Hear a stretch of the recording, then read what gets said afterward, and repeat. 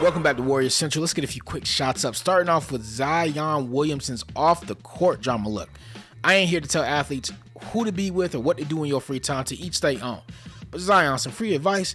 If you're going to move around with multiple women, at least be smarter at it. Following the gender reveal with Zion, and I'm assuming his girlfriend, partner at the very least, man, I don't know. This kid's apparently been around the block more than a few times, because not just one, but multiple women came out following this, came out with an IG post, I think. Multiple women came out saying, look, Zion, what you got going on, dog? Because I thought we had something going on, and here you are. You done got somebody else pregnant. Most notably, Mariah Mills, a former porn star. I am not going to be showing any of the tweets, but go Google search them. They were graphic. It was pretty intense. Honestly, she exposed Zion. There ain't no way around that. You got exposed, bro. Be careful with the women you mess with, because you never know how they gonna act when you turn on them, or when you decide that, okay, I thought I knew what the situation was and I moved on. Clearly she thought it was something else, because she even got a tattoo. I don't know if it's real or not, but I'm just gonna make an assumption it's real. She got a tattoo of your name on her face, dog. This girl ain't playing. She went from following or removing all her followers on Twitter to only following you. I mean, clearly, I can't speak to the mental state of Mariah Mills, but clearly this is a woman who either feels like she's been done wrong, and I'm going to go off on the limb and say this, man, because everyone's saying like she's doing this for clout. I have never met or talked with a porn star, but for the most part, most of them really don't seem to care that you're a celebrity. To them, they are their own celebrity. I mean, Mia Khalifa, there was a time it was impossible for you not to know who Mia Khalifa was, even if you weren't someone who watched that type of content. I'm pretty sure Mariah Mills has been with some other big name celebrities. Zion just is the most stupid and the one that get caught in this entire mess. Move better, man. Move better. Look, I don't know what it is about celebrities and these porn stars, man. I will never for the life of me understand, with all these options you got in the world. You got a Snow Allegra, you got a Laura Harrier, you got a Mila J, you got a Megan Good, who's now single. Yes, we did pay attention, Megan. We all paid attention to that one. You got Aria Lennox, you got Matea, you got Storm Reed. I'm throwing out that last one because I think he's only like 2 or 3 years older than her. You got all these options and you choose to go with the porn star. Look, at this point, is Zion worth the headache? I don't think he is. If it was up to me, I'd ship his ass out to Toronto, though. I don't know if you guys have been to Toronto, but they woman ain't, oh Lord, bro. Me and Neek still tripping off of that trip. That was one hell of a trip. It was a great trip. Saw a lot of things that, honestly, I didn't think I was going to see. I'm from Atlanta. We done seen a lot of stuff. I done been to LA. I done been to New York. I done been to Chicago. I done seen beautiful women, but I got to Toronto and I was like, Lord have mercy. So even if he does go to Toronto, I doubt you would ever see him in a Raptors jersey. All right, look, Dame, we love you. You are one of the most clutchest players. It's inarguable. You are one of the most clutch players in league history. But enough already, man. If you went out of Portland, just say you went out of Portland. I get that you were afraid of getting some of the kickback, blowback that a KD got when he went to Golden State. I understand that on face value, but bro, no one's going to be tripping.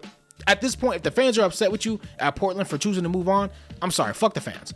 And that's not something I say lightly, because the fans are the ones who watch. They're the ones who put their hard-earned money and their energy and all that stuff. But to be honest, at a certain point, like if Steph Curry wanted to leave the Warriors, God, please, knocking on all this wood. If Steph wanted to leave the Warriors, what would a Warriors fan really have to complain about? Outside of you just being upset. We get being upset.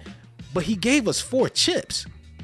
He gave us so many memories. At a certain point, you've done your best. Now, Dame hasn't given them chips, but he's given them experiences. He's given them moments. I mean, the Paul George moment alone. The Paul George moment alone was enough to make sure if you didn't know who Damian Lillard was, you damn for sure know now. Look, you're going to get criticized either way, Dame, by the fans, by the media, whoever. You might as well try and get a chip while you're at it. Last, let's get to Victor Wembanyama, who goes number 1 overall to the Spurs, an organization that the Warriors, everyone from Steph Curry down to Bob Myers before he left, came out and admitted that was the model that we wanted to replicate when trying to build out this dynasty. So nothing but respect to the Spurs. The Spurs fans, I'm glad that y'all are excited. I hope that this works out for y'all. I really do.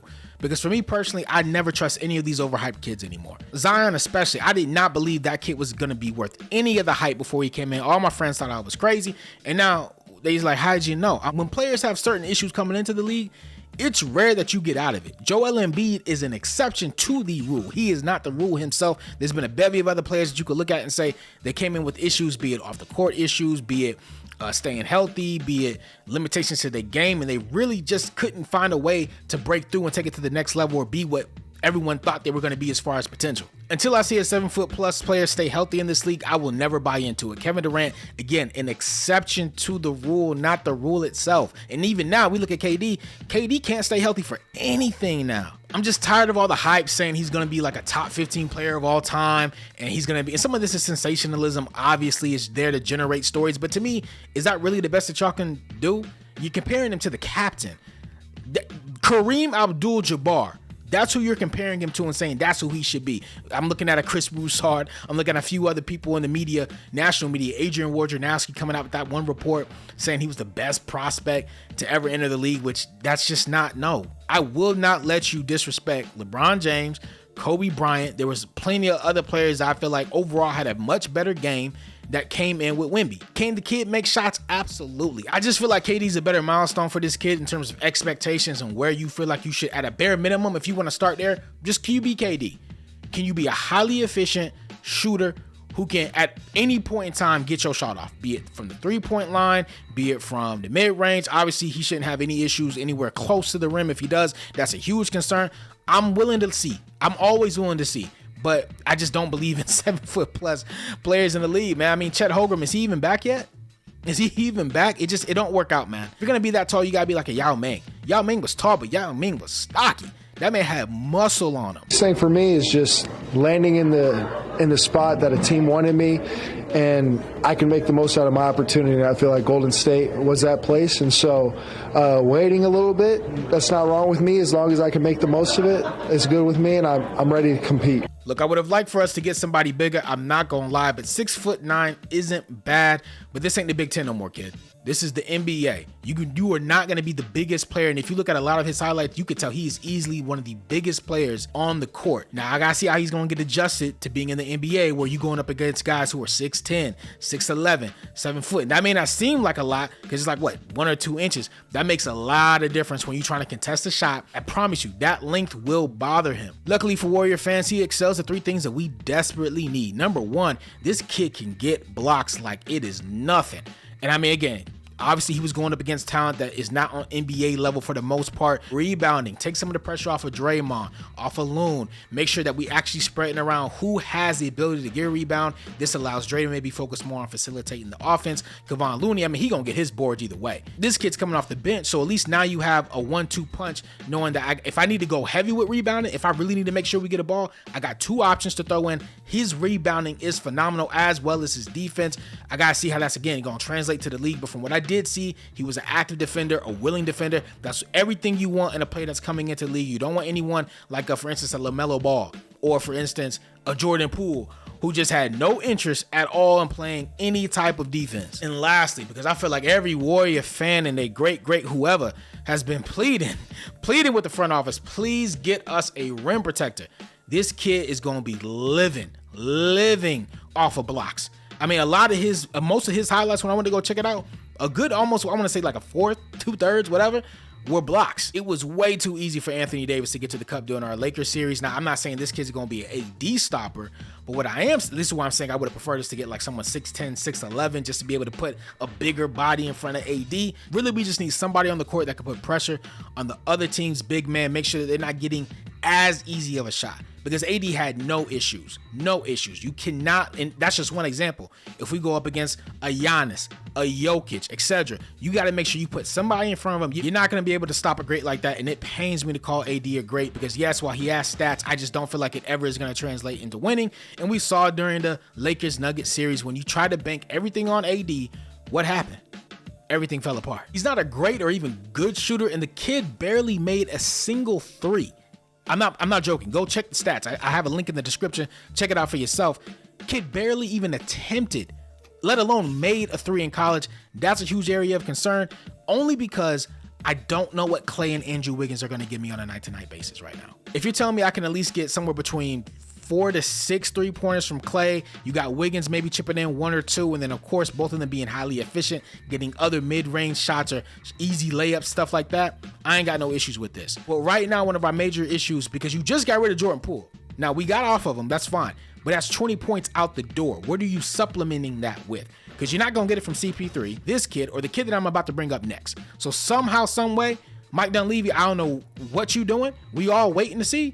But you better find some way to get us some points, because this kid ain't going to be the answer. He does have some playmaking ability and get this started every single game in his college career, which means he's healthy, which means he's available, which is something that we, as we are getting older and we've seen. Andrew Wiggins aside, because that's a separate situation. Steph's good for at least one major injury.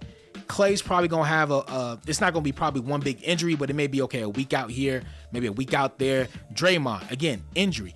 We need people who are, when our players, our stars go out due to injury or just for rest or whatever, we got to stay afloat. We have to stay afloat. We cannot have a 2-3 month just, all right, we don't know what we're doing. We just out here just with the ball, just hoping things are going to work out, because you're going to slide in the standings and the West ain't getting any easier. You do not want to put yourself in a position where you were, I'm going to say this. If you think we can do what we did last year where we were, all right, we in the play-in and we out of play-in, that's not going to happen. We will end up like the Dallas Mavericks, sitting our ass at home, wondering where did all this go wrong? And everyone's going to point to one thing: Bob Myers leaving. All right, I got to look at this one because no disrespect. I hate messing people's names up because I hate when people mess my name up. It's Nagasi. It's very simple. Nagasi. It's 3 syllables. That's all. That's all you got to do. With the 19th pick in the 2023 NBA Draft, the Golden State Warriors select Brandon Pojemski from Santa Clara University. Bounced around a little bit in college, started off at Illinois, went to Santa Clara, so it's a little hard to gauge exactly what he excels at and exactly what his true potential can be. This was an interesting pick, and to be honest, it was an eye-rolling pick. All of his stats increased when he moved from Illinois to Santa Clara. That's not really a surprise. You're going from the Big Ten to I don't even know what conference Santa Clara is in. You're facing, I would again assume, less aggressive and competent and talented competition, so you're probably going to be able to ball out a little more. To me, this felt like a reach. This was absolutely a reach of a pick. It didn't make any sense to me, especially for that high of a draft pick. Now, I know people say, oh, you know, outside the top 5 picks, you don't know. Look, it's still a first-round draft pick. You still don't want to just throw a dart at the board. It's interesting to note that the one stat that didn't increase is field goal percentage. Again, where are we going to get these points? No disrespect to Brandon, but the kid feels like a project. He doesn't excel at any one thing based on what I've seen from highlights, stats, which y'all know I hate stats. I hate looking at the stats to make determination. But based on the eye test, yeah, I mean, he made some nice moves. He seemed like a kid who definitely should have been in a D1, like top tier D1 school that was playing amongst kids who were obviously inferior.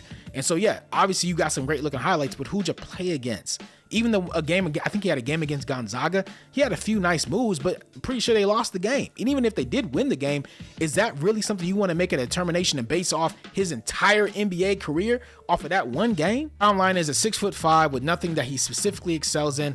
The kid feels like a project. And I just feel like there were better prospects like Oliver Prosper who ended up going to the Dallas Mavericks. You don't think that's going to change life for Luka? It would be great to have another player who brings athleticism, physicality, something our team desperately needs as we keep getting older. It feels like with every move that Mike Dunleavy keeps making, it's just a mind-numbing pick that I feel like we're going to look back and say, why in the hell would you even think about making that type of a selection? I don't love either of these picks, especially Brandon, who had terrible body language. I mean, look at this. Tell me, is this a kid that looks like he's excited to be a part of your organization? One of these picks should have been leveraged to increase our depth. I'm still hoping that CP3 can be traded somewhere. Ideally, the Lakers give us some additional depth in our bench. I don't know if they would do that. It feels like too much of helping your enemy, but hey, crazier things have happened. I mean, after all, we traded a 23-year-old healthy point guard who gets 20 points per game for a 38-year-old vet who can't stay healthy. I'll catch y'all next time.